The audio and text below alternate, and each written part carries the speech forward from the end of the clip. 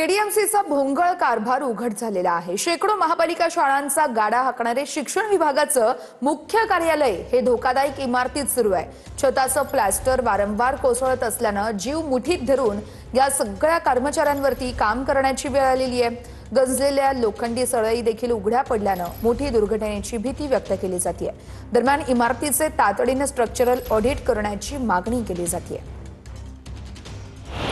कल्याण डोंबिवली महानगरपालिकेच्या शिक्षण विभागाच्या इमारती आता धोकादायक बनत चाललेली आहे। मी सध्या उभा आहे त्याच ठिकाणी आणि आपण पाहू शकता या ठिकाणी जे वरचं प्लास्टर आहे ते कधीही पडत असल्याने या ठिकाणी मोठ्या संख्येने काम करणारे जे शिक्षण विभागाचे कर्मचारी आहेत, अधिकारी आहेत, सुरक्षा रक्षक आहेत यांचा जीव धोक्यात आलेला आहे।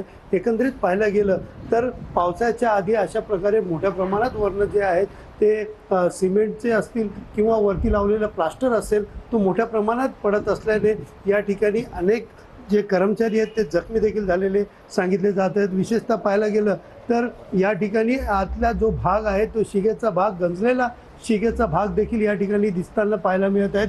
सुनील जाधव, TV9 मराठी, कल्याण।